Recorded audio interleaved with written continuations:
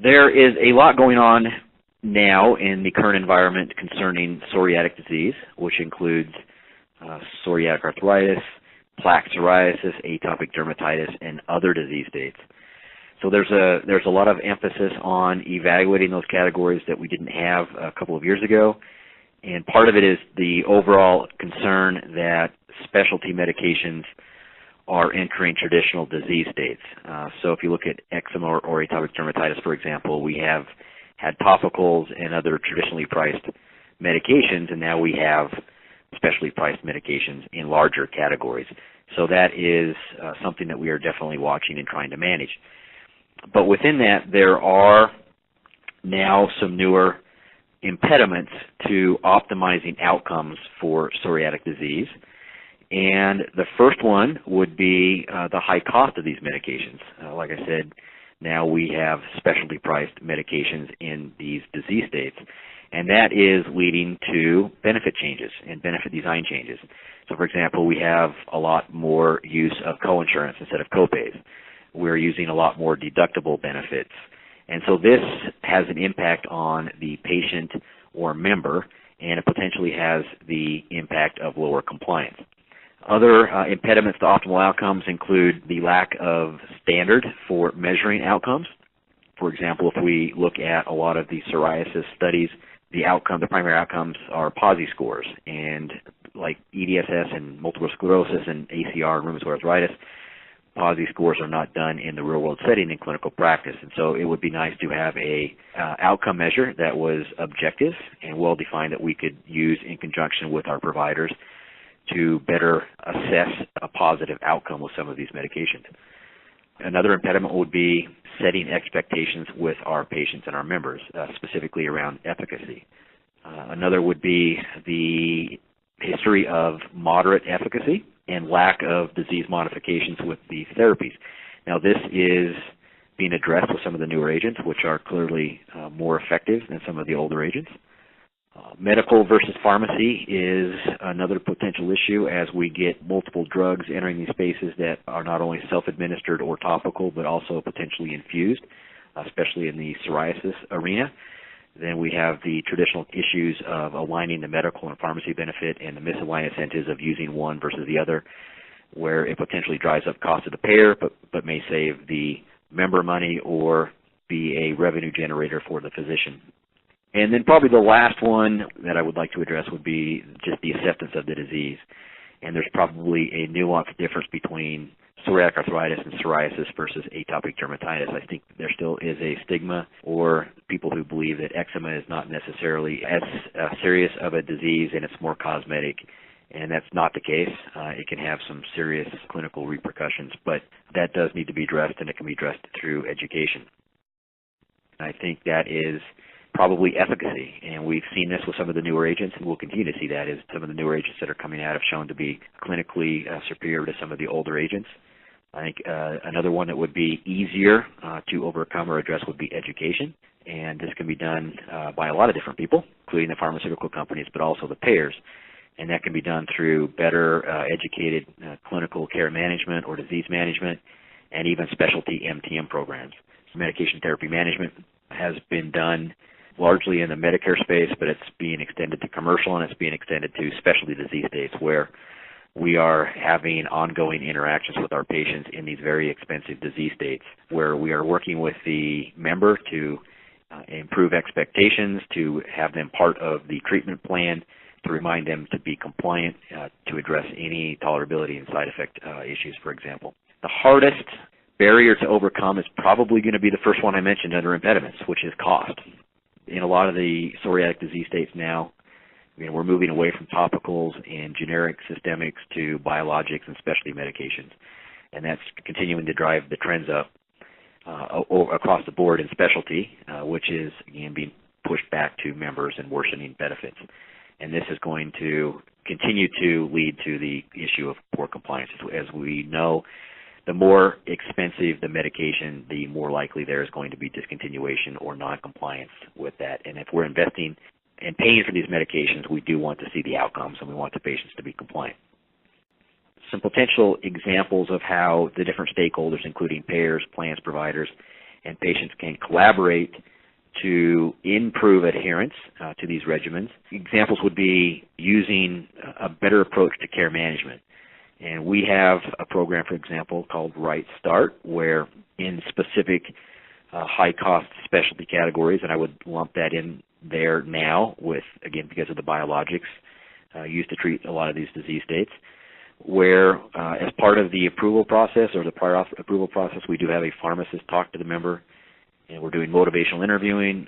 We are answering questions. We're engaging them, making them really part of the treatment plan. And then there's a planned ongoing outreach around education and compliance reminders from the pharmacist to the patient on an ongoing basis. So my view is that the payer really can act like the quarterback in all of this. The patient's obviously in the middle of it, but the payer has more data around refills and where the drugs are being filled, et cetera. So that information can be valuable back to the physician. So the key to this disease state moving forward is similar to a lot of other specialty categories, and it is appropriate use. And once the drug is being used appropriately, then the collaboration and the other programs like care management and medication therapy management are important. And then there's also the issue of the role of patient assistance, and that's where also payers can help. Now, sometimes patient assistance programs are used to circumvent benefits.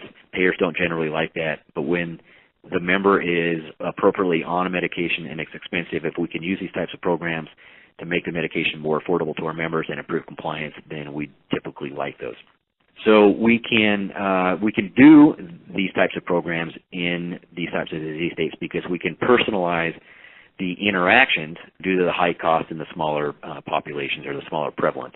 Whereas we can't really do that in diabetes, for example. We have a lot of programs in diabetes, but those are more population-based because we have thousands and thousands of members with diabetes, and we have fewer patients with psoriatic disease that are going to require these expensive specialty medications. And then looking at opportunities for doing a better job of using comparative effectiveness research and determining value and potentially setting algorithms up, I think that's an opportunity right now for payers. There's going to be a continued need for education on what comparative effectiveness research actually is, both to the physician, to P&T committees, and others. And also, it would be helpful if we had an accepted value, for example, a quality-adjusted life year number or something like that we could use within the CER analysis to determine if something was cost-effective or not, where we could make formulary decisions, either step therapy or coverage decisions. So CER, though, has been done for a long time by a lot of payers, and there's different versions of comparative effectiveness research. It can be very, very helpful when we don't have head-to-head studies in certain disease states. One of the ways that we have done it here is we compare agents for cost per response, for example. So within psoriasis, we make comparisons that look across the drugs in terms of how much we're paying for a response to get a PASI 75 or a PASI 90 or a PASI 100 response. So what we do is we try to pick studies that are very similarly designed, and then we look at the delta in terms of efficacy between the drug and placebo, and into that we divide the applicable cost. And then we line these numbers up against each other, and we can see sometimes there potentially are differences in cost effectiveness among the different agents. And so it's probably a better way to approach nuances in terms of difference in efficacy and obviously the price differences.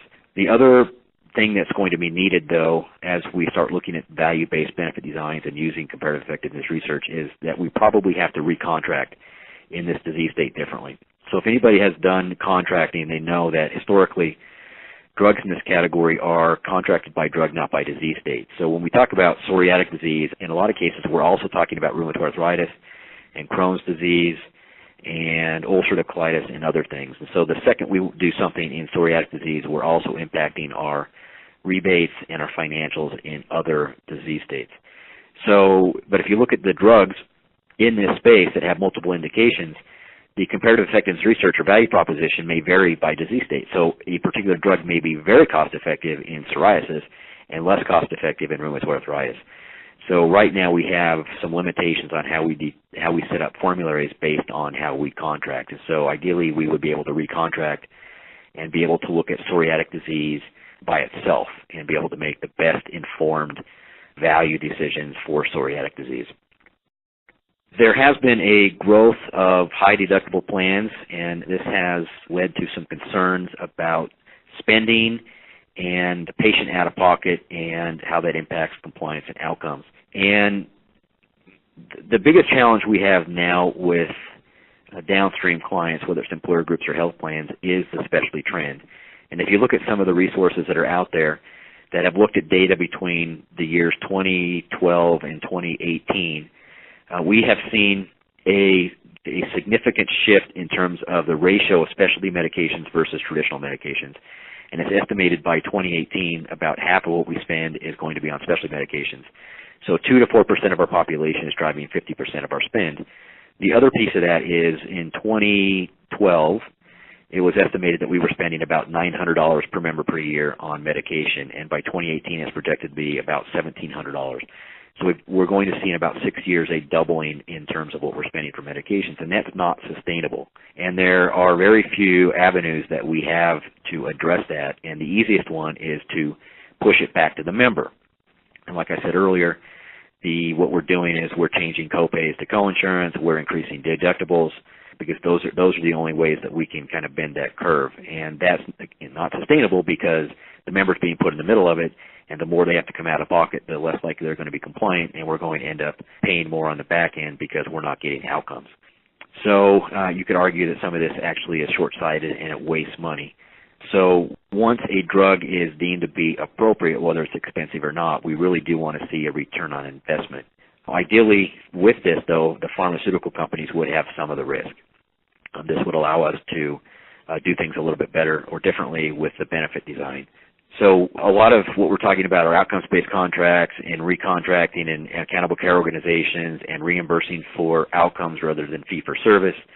But the one missing piece in that is the risk from the pharmaceutical companies. Right now, the payer has the most risk. We're fixing that with physicians through reimbursement or fee schedules, and then the patient obviously has skin in the game with their out-of-pocket, but the pharmaceutical companies don't. And so if a drug doesn't work, then there is no risk there. So I think we'll continue to see a movement towards outcome-based contracting, but a better term would be risk-based contracting. You know, outcome-based contracting means, in a lot of cases, a lot of work for a little extra rebate, or ideally we would like to share the risk, or if a drug doesn't work, then we're getting a big chunk of that back.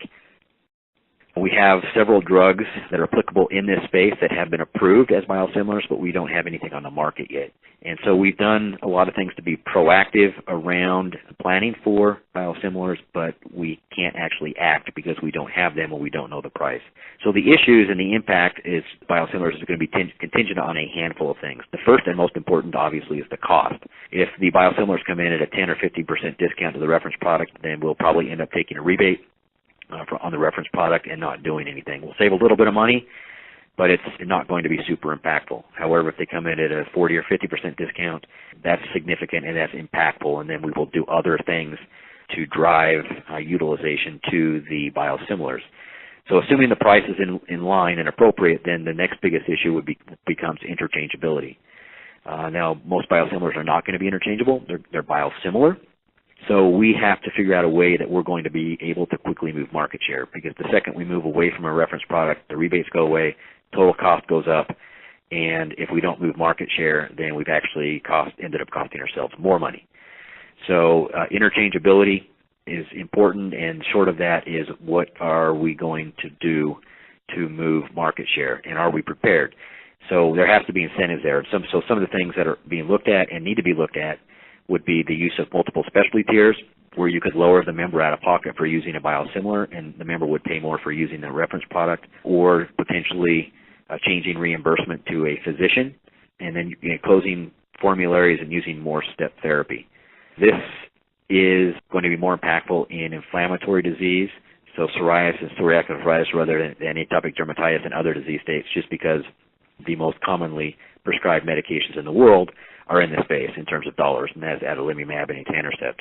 Now, they have the most indications and the most utilization, so if they're priced right, then we have to figure that out, and hopefully we can. But there's still, unfortunately, after years of talking about biosimilars, a lot of unanswered questions. So to come full circle and summarize, we're seeing a lot of change in reimbursement. such as ACOs trying to reimburse for value rather than fee for service. The question, though, is have these been effective, or are they not yet effective, and can they be effective? And I don't think they've been fully effective yet, especially if we're talking about psoriatic disease and the specialty medications, because specialty is very different than primary care. I think in some cases you could argue that these types of initiatives have been successful in primary care, but we haven't really seen them impact specialty very much. The other reasons I think that they haven't been very successful that we need to work on would be we need better quality measures so that we can define effectiveness and value in these disease states and something that can be agreed upon and measured in the real world. And risk needs to be adjusted. Pharma needs to be involved. And then we don't have agreement to not cover or prescribe certain medications based on their value or lack of value. So if you look at Europe, for example, in single-payer systems, there are thresholds for coverage based on the value, and obviously the United States is very different, and we don't have that. But that would be, I think, a realistic goal would be to not necessarily move to a single-payer system, but move to some kind of consensus where the drug needs to meet a certain value threshold for it to be reimbursed. So in summary, the specialty trends that we're seeing, and psoriatic disease is definitely part of that, are requiring different approaches. So they require different medical pharmacy solutions. They require site of care initiatives, specifically with the IV medications and using specialty pharmacy. Channel management, should drug be paid out under the medical benefit, or does it make more sense to use SP and move it to pharmacy? We can do a better job of integrating care management and using specialty medication therapy management programs. We do need to fix the risk or address the risk so that all of the stakeholders, the patient, the payer, the provider, and the pharma have some skin in the game. Then I think we would be able to collaborate a little bit differently because the incentives are aligned. And then lastly, the benefits need to be addressed, and the easiest thing to do there would be to evaluate the use of multiple specialty tiers and then set up hopefully formulas based on value.